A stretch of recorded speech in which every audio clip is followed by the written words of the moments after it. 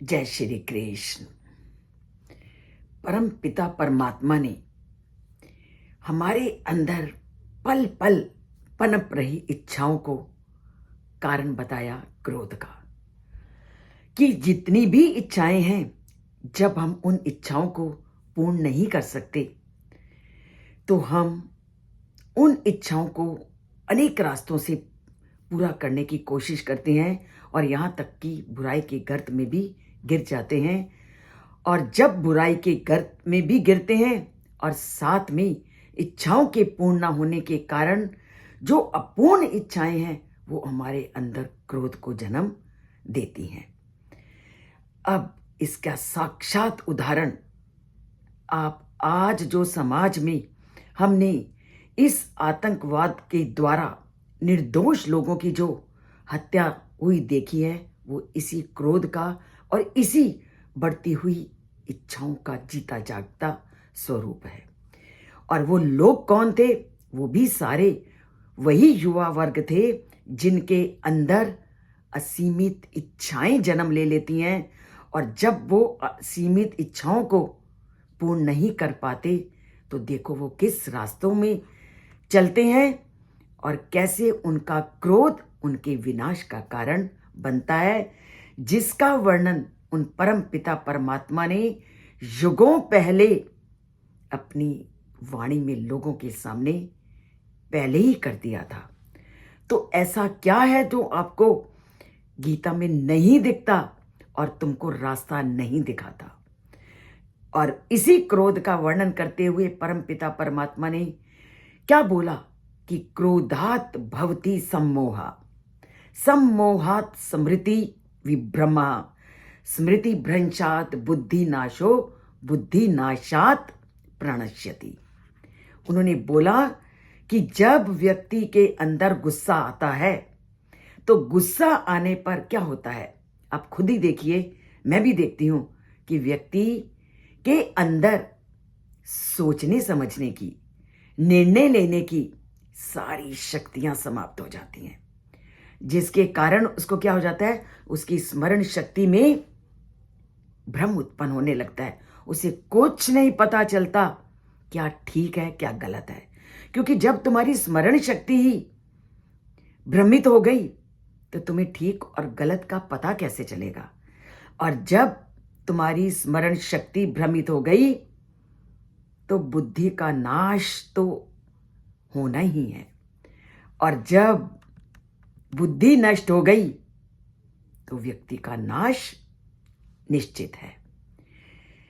ये जो आज समाज में इतनी दुखदायक घटना घटित हुई, जिसने पूरे विश्व को हिला करके रख दिया, वो पूरा का पूरा अगर उसके पीछे कारण को ढूंढा जाए तो बुद्धि का विनाश है। और बुद्धि के विनाश में कारण है उनकी जो स्मरण शक्ति को नष्ट किया गया है, और वो स्मरण शक्ति नष्ट हुई है गुस्से के कारण। और गुस्सा कब आता है? जब हम अपनी इच्छाओं को इतना बढ़ा लेते हैं कि वो इच्छाएं पूर्ण नहीं होती, और जब पूर्ण नहीं होती तो वो किसी भी रास्ते पे चल पड़ता है। जैसे प्रातः काल की धुंध को लीजिए। प्रातः काल की जो धुंध होती है वो सूर्य की किरणों को ढक लेती है, और उसी प्रकार क्रोध उस धुंध की तरह है जो व्यक्ति की निर्णय करने की शक्ति को क्षीण कर देता है, और वो क्रोध में भूल जाता है कि मैं किसके साथ कैसा व्यवहार कर रहा हूं।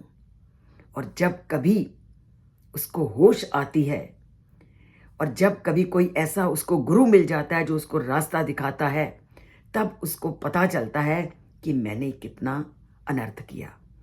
और तब पश्चाताप करने से कोई लाभ नहीं, कि जब पश्चाताप करने से आप जो चले गए क्या उनको वापस ला सकते हो?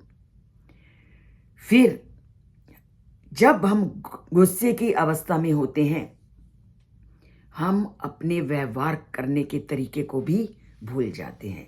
हमें नहीं ज्ञात होता कि हम बड़े के साथ व्यवहार कर रहे हैं या छोटे के साथ। और मैंने क्रोध अवस्था में अपने से बड़े को क्या बोल दिया, हमें वो भी ज्ञात नहीं होता। और इसके बहुत से उदाहरण आप लोग भी काम करते हो, मैंने भी बहुत से लोगों के साथ काम किया, या घर में भी आप देखते हो कि जब बच्चा गुस्से में आता है तो वो माता पिता को कई बार ऐसे शब्दों का प्रयोग कर जाता है या ऐसी वाणी माता पिता के लिए बोल जाता है जो बोलना माता पिता के लिए उसके द्वारा उचित नहीं था। और जैसे ही वो क्रोध अवस्था से बाहर निकलता है और अपनी बुद्धि से सोचता है, तब उसको पश्चाताप होता है, पर मुख से निकली हुई वाणी और धनुष से निकला हुआ तीर कभी वापस तो नहीं आता। और वो जब उसको बाद में चाहे पश्चाताप हो, पर एक बार तुमने किसी के लिए ऐसे वचन बोल दिए, वो कभी वापस अंदर नहीं जाते। और क्रोध अवस्था वो अवस्था होती है कि व्यक्ति ऐसे ऐसे शब्दों का प्रयोग कर जाता है, उस समय वो बड़े और छोटे के भेद को भी भूल जाता है, कारण उसकी बुद्धि नष्ट हो गई होती है और उसकी बुद्धि को भ्रष्ट करने वाली उसकी स्मरण शक्ति होती है। ऐसे में वो अच्छे और बुरे का भेद करना भूल जाता है। वह भावनाओं के आवेग में बहता रहता है और उसका अधोपतन आरंभ हो जाता है और स्मृति विभ्रम के कारण बुद्धि का नाश हो जाता है। तो बुद्धि जो कि व्यक्ति का आंतरिक गुण है, वो भ्रमित हो जाती है और व्यक्ति का सर्वनाश हो जाता है। तो करना क्या है अब हमने? करना यही है कि क्रोध को अपने ऊपर हावी नहीं होने देना, क्योंकि अगर क्रोध को तुमने वश में नहीं किया और आपको क्रोध आता रहता है, तो आप समझ लो आपका नाश निश्चित है। अगर अपने को नाश से बचाना है तो क्रोध को आप नियंत्रण करना आज से शुरू कर दो। और मैं बार बार कहती हूं कि किसी भी चीज को अपने वश में करना कोई मुश्किल नहीं। केवल शुरू में आप कुछ भी करो, कठिनाई तो आती ही है, पर उस कठिनाइयों को सहन करना सीखिए और अपने अंदर अभ्यास की आदत डालिए। जब आपको एक बार आया, आपने नियंत्रण किया, 2 बार करो, 3 बार करो, धीरे धीरे आपका स्वभाव बन जाएगा और आप सोचने लगोगे मुझे गुस्सा करना ही नहीं।